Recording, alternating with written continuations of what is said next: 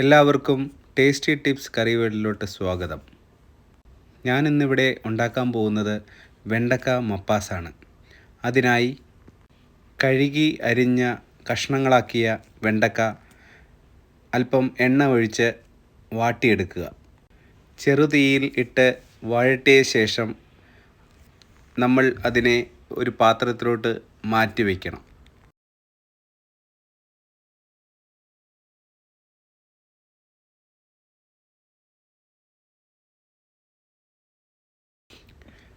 അങ്ങനെ പാത്രത്തിലോട്ട് മാറ്റി വെച്ച ശേഷം ആ സെയിം പാനിൽ തന്നെ അല്പം എണ്ണ ഒഴിച്ച് ചെറുതായി അരിഞ്ഞ സവോളയും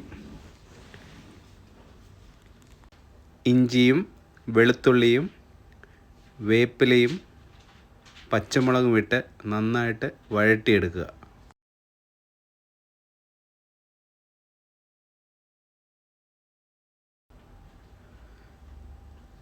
നന്നായിട്ട് വഴന്നതിന് ശേഷം അതിലായിട്ടായി അല്പം മഞ്ഞൾപ്പൊടി, മുളക് പൊടി, മല്ലിപ്പൊടി ഇതിട്ട് നന്നായിട്ട് സോട്ട് ചെയ്യുക.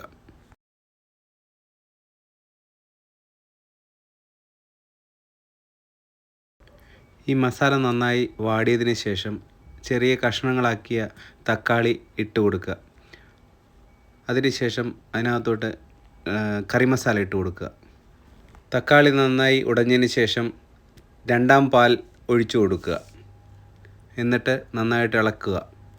അല്പം തിള വന്നതിന് ശേഷം അതിലോട്ട് വാട്ടി വച്ചിരിക്കുന്ന വെണ്ടക്ക ഇട്ട് കൊടുക്കുക. എന്നിട്ട് അതിനെ തിളക്കാൻ അനുവദിക്കുക.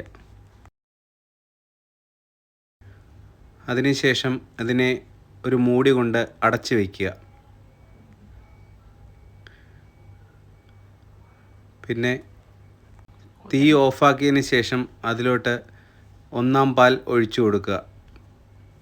എന്നിട്ട് നന്നായി മിക്സ് ചെയ്യുക. അപ്പോഴേക്കും നമ്മുടെ വെണ്ടക്ക മപ്പാസ് റെഡി.